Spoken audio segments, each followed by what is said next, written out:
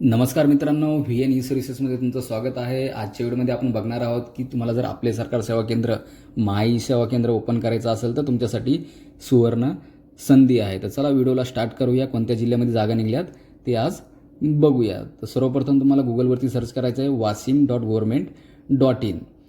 wasim.government.in search केल्याच्यानंतर तुम्हाला first all option दिसेल wasim.government.in.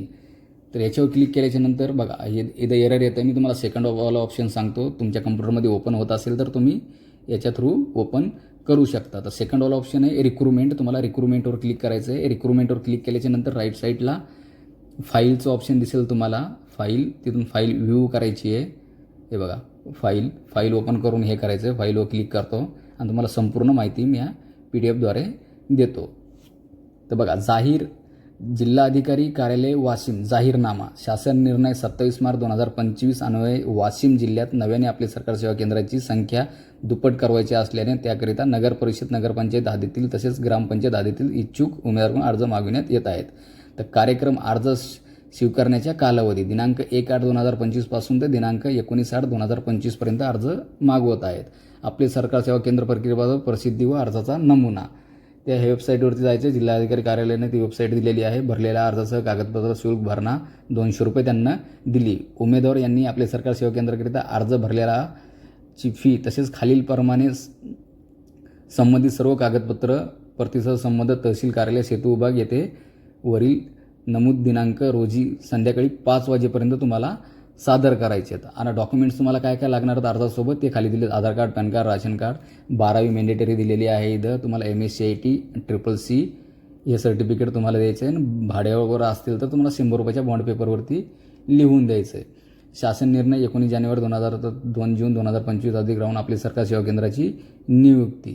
रहिवाशांचा अर्ज विचारात घेण्यात येणार नाही. तर ते हद्दीत असतील तरच ते अर्ज विचारात घेण्यात येईल असं त्यांना सांगितलं आहे. तुम्ही बाहेरच्या याच्यामध्ये असतील अदर सिटीमध्ये तर ते अर्ज त्यांचा हे घेणार आहे. उमेदवारांनी अर्जासोबत संबंधित कागदपत्र छायाचित्रित व प्रतिसाद संबंधित तहसीलदार कार्यालयात सेतू शाखा येथे सादर करून त्याबाबत पोच प्राप्त करून घेणं गरजेचं आहे. ते अर्ज तुम्ही केल्याच्यानंतर ते संबंधित सेतू कार्यालयामध्ये सबमिट करायचं आहे. तिथून त्यांच्याकडून पोच पावती घ्यायची. ॲक्नॉलेजमेंट घ्यायचं विसरू नका.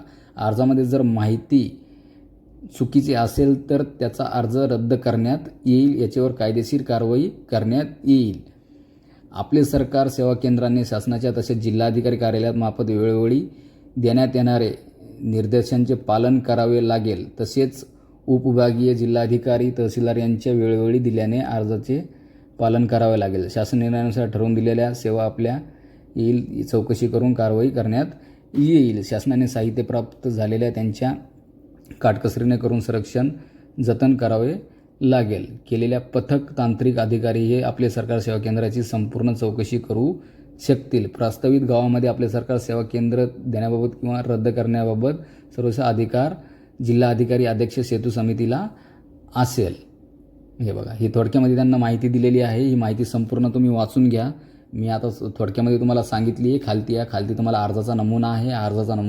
अर्ज संपूर्ण व्यवस्थित भरून 100 रुपये फी भरून तुम्हाला सेतू कार्यालयामध्ये सबमिट करायचं आहे. सेतू कार्यालयामध्ये सबमिट केल्याच्यानंतर एक झेरॉक्स कॉपी ठेवा. त्याच्यावर ॲक्नॉलेजमेंट घ्यायला विसरू नका, कारण की तीच तुम्हाला ॲक्नॉलेजमेंट शेवटपर्यंत कामी येणार आहेत. जर तुम्ही आमच्या चॅनलला सबस्क्राईब केलं नसेल तर सबस्क्राईब करा, लाईक करा, शेअर करा. अशाच नवीन माहितीसाठी आणि तुम्ही कोणत्या जिल्ह्यात राहतात ते कमेंट करून मला सांगा की त्या जिल्ह्यात जाहिरात निघाल्याच्यानंतर मी तुम्हाला कळवेल. तर चला, थँक्यू सो मच. धन्यवाद.